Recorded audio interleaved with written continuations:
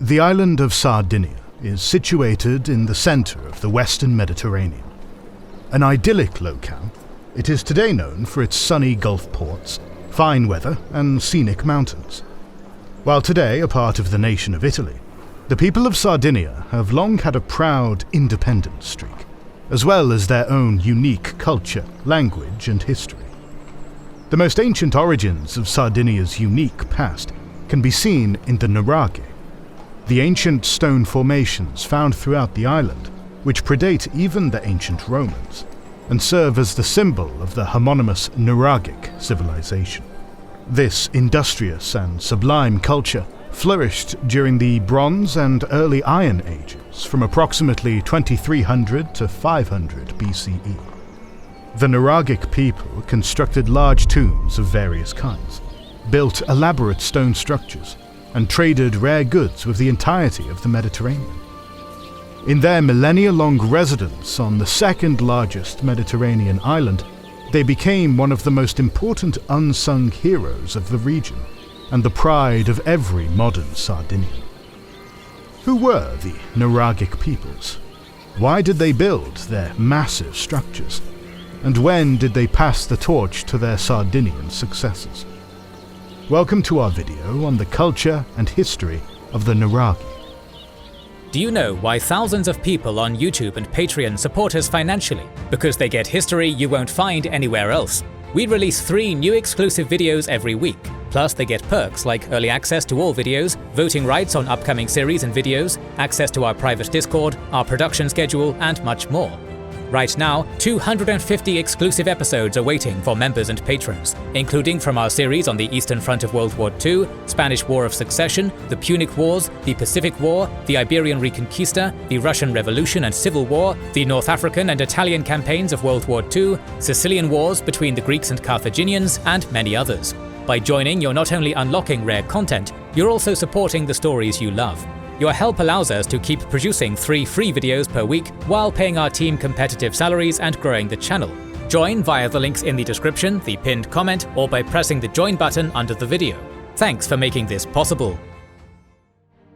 The ancient Nuragic civilization that thrived on Sardinia before the coming of the Romans derives its name from the over 7,000 megastructures known as Nuraghis that are situated around the island. The etymology of Nuraghe is of unknown origins, and still debated to this day. The Nuragic civilization left no written records for us to decipher, with the exception of some drawings that might be inscriptions, leaving us with precious little insight about their language and culture. The Nuraghi appear to have originated in Sardinia after the Neolithic Stone Age, around 4,500 years ago. These prehistoric peoples lived in small settlements and possessed a similar style of pottery to those of the Beaker culture, a name used to describe populations in Western and Central Europe during the 2800s to 2300s BCE. This prehistoric population was already skilled in some of the crafts that would define the later Nuraghi, namely the production of metals. Some copper smelting, already present in the previous centuries, is attested in some of the tombs from this era, which have copper daggers in them. In addition, obsidian, which the Nuraghi would later trade with the whole of the Mediterranean, was also being worked during this period. This suggests that trade with the surrounding Western Mediterranean was happening as early as this period. Of note is the connection that the Nuraghi had with their northerly siblings in the island of Corsica, where modern excavations have revealed similar megastructures. Archaeologists are not certain to what extent the prehistoric peoples of Sardinia and Corsica were related, but there were evident cultural connections between the two islands back then, as there are today. In any case, the early Nuraghi seem to be a highly regionalized culture, with each part of Sardinia seeming to have their own unique form of metalworking techniques and burial practices. In the 2000s BCE, it seems that the first megastructures that would gain the name Nuraghi began to be constructed. These were slow processes, as settlements became larger over time. They would soon blossom into one of the most interesting and complex cultures of the Bronze Age, with the most intriguing architecture, trade relations, and beliefs. Throughout the 1800s BCE, an explosion of Nuraghe construction took place throughout the south of Sardinia, with over 180 of them appearing during this period. These structures are known to archaeologists as early Proto-Nuraghi, and took the form of large fortress-like structures that were usually built on strategic high ground. Other settlements like open villages or cave dwellings also appeared during this period, but they were small in number in comparison to the Nuraghi themselves. This irregularity in architecture suggests that while they constituted one common culture, the Nuraghi people had a form of decentralized social organization, as there is no hierarchy of larger and smaller Nuraghi like in later periods. It is unclear what purpose the Nuraghi stone structures fulfilled in Nuraghi society. It appears that they were mostly used for habitation, as archaeological evidence from the early layers of sites like Duos Nuraghis show that agriculture and animal husbandry took place near the Nuraghi. Bones of animals, like cattle, found inside parts of Nuraghi also speak to the use of animal pens in these sites. Thus, these settlements may have been used by clans or extended family groupings to conduct their economic and social affairs during this period. Between the 18th and 13th centuries BCE, there appears to have been an increase in settlements in both the uplands and lowlands of Sardinia, which suggests that the population of Sardinia increased, and they began to produce more to sustain themselves, a testament to the Nuragic people's industriousness. In addition to expanding social activities, ritual developments took place during this period. For instance, archaeologists have noted the increase in the usage of massive collective tombs, called Tum di Giganti, or Tombs of the Giants. These large tombs likely housed family or clan burials, and were used alongside other forms of burial, such as smaller cemeteries. In addition to this, the Nuragic people also used the so-called hypogia, or underground cut structures, which were utilized in burials and possibly other ritual activities. In some of these tombs, copper weapons from as far as Cyprus in the eastern Mediterranean have been found, suggesting that the Sardinians of the time were deeply embedded in pan-Mediterranean trade networks. This brings us to the economic activities of the Nuraghi, which were rather substantial. Besides the usage of new kinds of pottery appearing throughout the island, the Nuraghi also developed their production of tin and obsidian. These valuable Nuragic goods appear in ancient Bronze Age dig sites throughout parts of Iberia and southern France. All in all, the Proto-Nuragic period was one of slow but substantial innovations in social, political, and cultural organization for the island of Sardinia. These innovations would prove vital for the high points of Nuragic history later in the Bronze Age.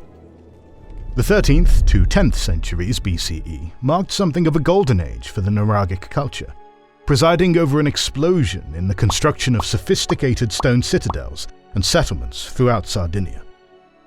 In the eastern Mediterranean, the 13th to 10th centuries BCE is typically seen as the Bronze Age collapse, a period when the civilizations of the Hittites, Egyptians, and Mycenaean Greeks underwent severe catastrophe and collapsed due to the invasion of the marauding sea peoples or various natural disasters.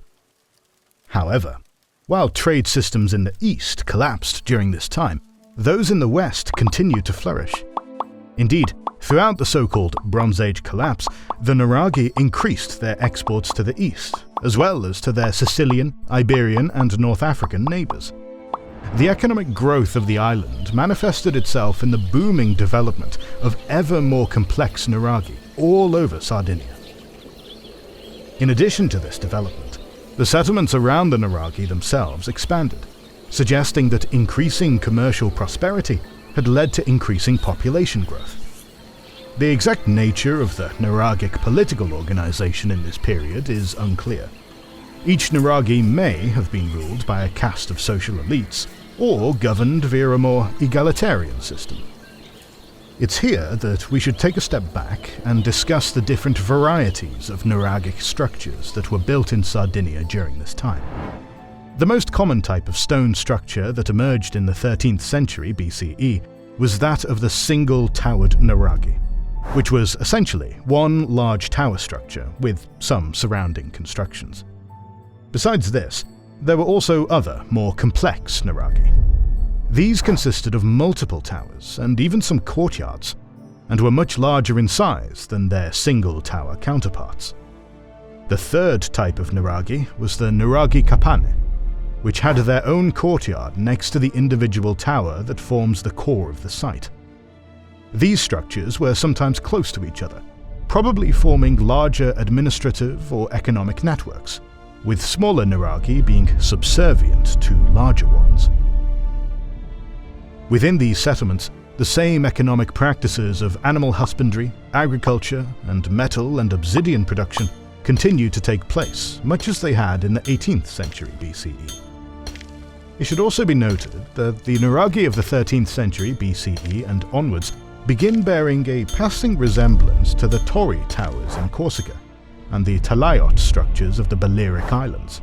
Given the proximity of these islands, it is possible that the ancient Sardinians, Corsicans, and Balearinos would have cultural affinities of this sort, speaking to the interconnectedness of the Western Mediterranean during this period and throughout the Bronze Age. The 10th to 8th centuries BCE brought about some interesting changes in the cultural practices of the Nuragic people. During this period, the construction of the Nuraghe structures seems to have come to a halt, with very few of the over 7,000 Nuraghe on the island of Sardinia having been built during this period. What happened instead was the continuous renovation of existing structures. This slowing down of Nuragic construction is not reflective of economic decline. In fact, in sanctuaries around the island, the numbers of offerings in ritual shrines increase during the early Iron Age. Scholars have interpreted this as a way for elites to show their wealth and status through their offerings, a sort of holy competition of gifts. The mobility of the Nuragic peoples across the Mediterranean continued during this period, as they continued to trade with the tapestry of vibrant civilizations beyond their shores throughout the early Iron Age. It appears that the Nuragic elites of the period solidified their control over society. The towers of some Nuraghe, like the one in the site of Toscovo, show substantial investment in defense. When combined with the hierarchy of smaller and larger Nuragic settlements being analogous to states, this defensive investment may have been driven by local rulers who solidified their position at the top of the social hierarchy. Whatever the case, Sardinia continued to be a politically decentralized island, with each Nuraghe forming its own political unit, with larger Nuraghes occasionally taking smaller Nuraghes into their orbit. Because this period is the most recent in Nuragic history, archaeologists have a clearer understanding of how these states, if they can be called as such, functioned. Nuragic settlements during this period, and the previous one, can be divided into Class 1, Class 2, and Class 3 settlements. Class 1 settlements are the smallest, usually consisting only of individual towers. Next are Class 2 settlements, which have more complexity, such as a larger courtyard and more buildings. Finally, there are Class 3 settlements, which have multi-towered buildings and are surrounded by large villages.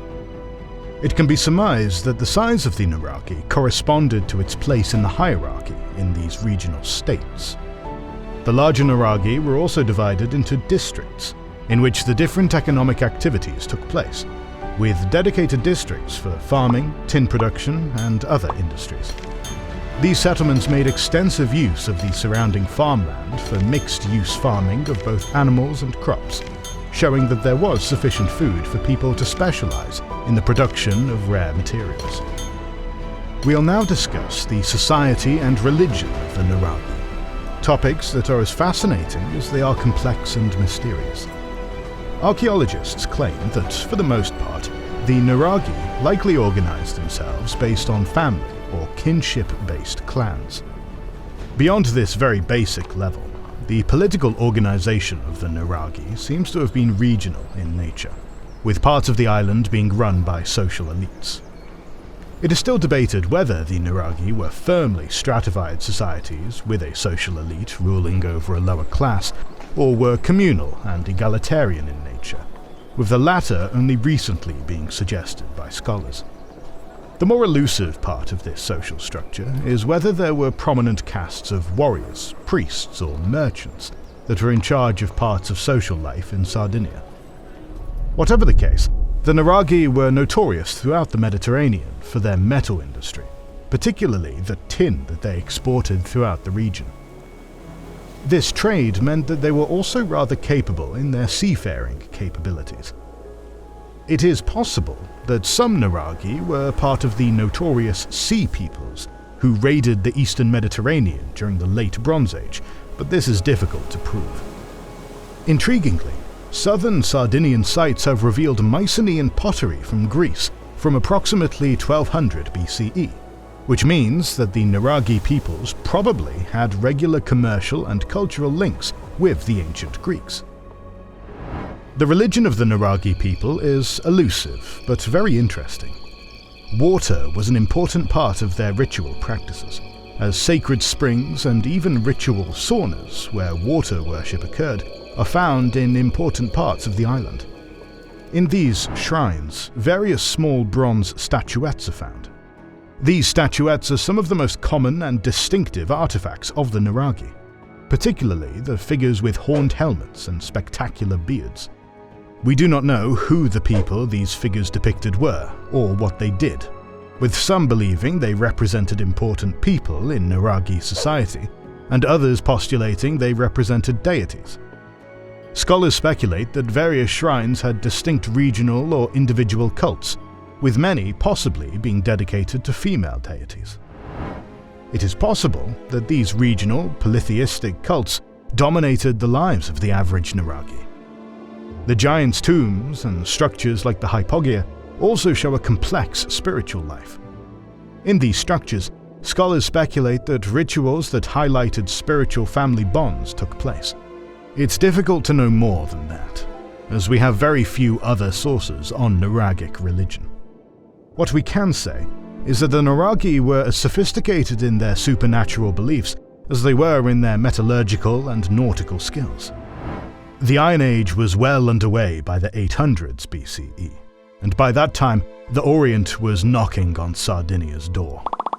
Phoenician and later Punic and Greek colonies began to appear on the island slowly from the 900s onwards, taking some of the lucrative Gulf ports of the island under their control. The Nuraghi persisted in the hinterland of the island and mixed in with the newcomers, but conflict between the natives and the colonial newcomers also occurred. In the 480s BCE, the Carthaginians tried to invade the island, but were unsuccessful in their attempts. Nevertheless, the south of the island came under direct Punic control under the reign of Hannibal Mago in the late 400s BCE, and this remained the case until the end of the First Punic War in 238 BCE. Sardinia was then annexed by the Roman Republic, alongside the island of Corsica. Even as the Romans came to dominate the coastal regions of Sardinia, the native Nuraghi continued to persist on the hinterlands of the island, and continued to mix in with Roman, Greek, Phoenician, and Punic settlers for centuries to come.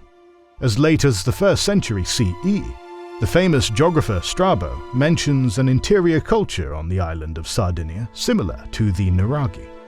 After that, however, the traces of the Nuraghi end in history. Their structures continued to be used by various groups of subsequent inhabitants, and they were renovated and repurposed in new ways. Nevertheless, the Latinization of Sardinia was complete by the time of the Western Roman Empire in the 4th century CE.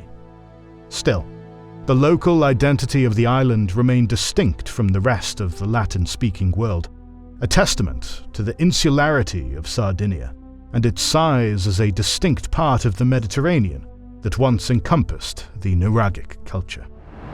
By the end of the Roman period, the Nuragic culture had been mixed into the waves of history. Sardinia would continue on its journey through history with the Vandal, Byzantine, and later Spanish periods, and even developed its own independent states during the Middle Ages, known as the Judiciates. Eventually, Sardinia became one of the hubs of Italian unification, but never forgot its autonomous streak in language and society.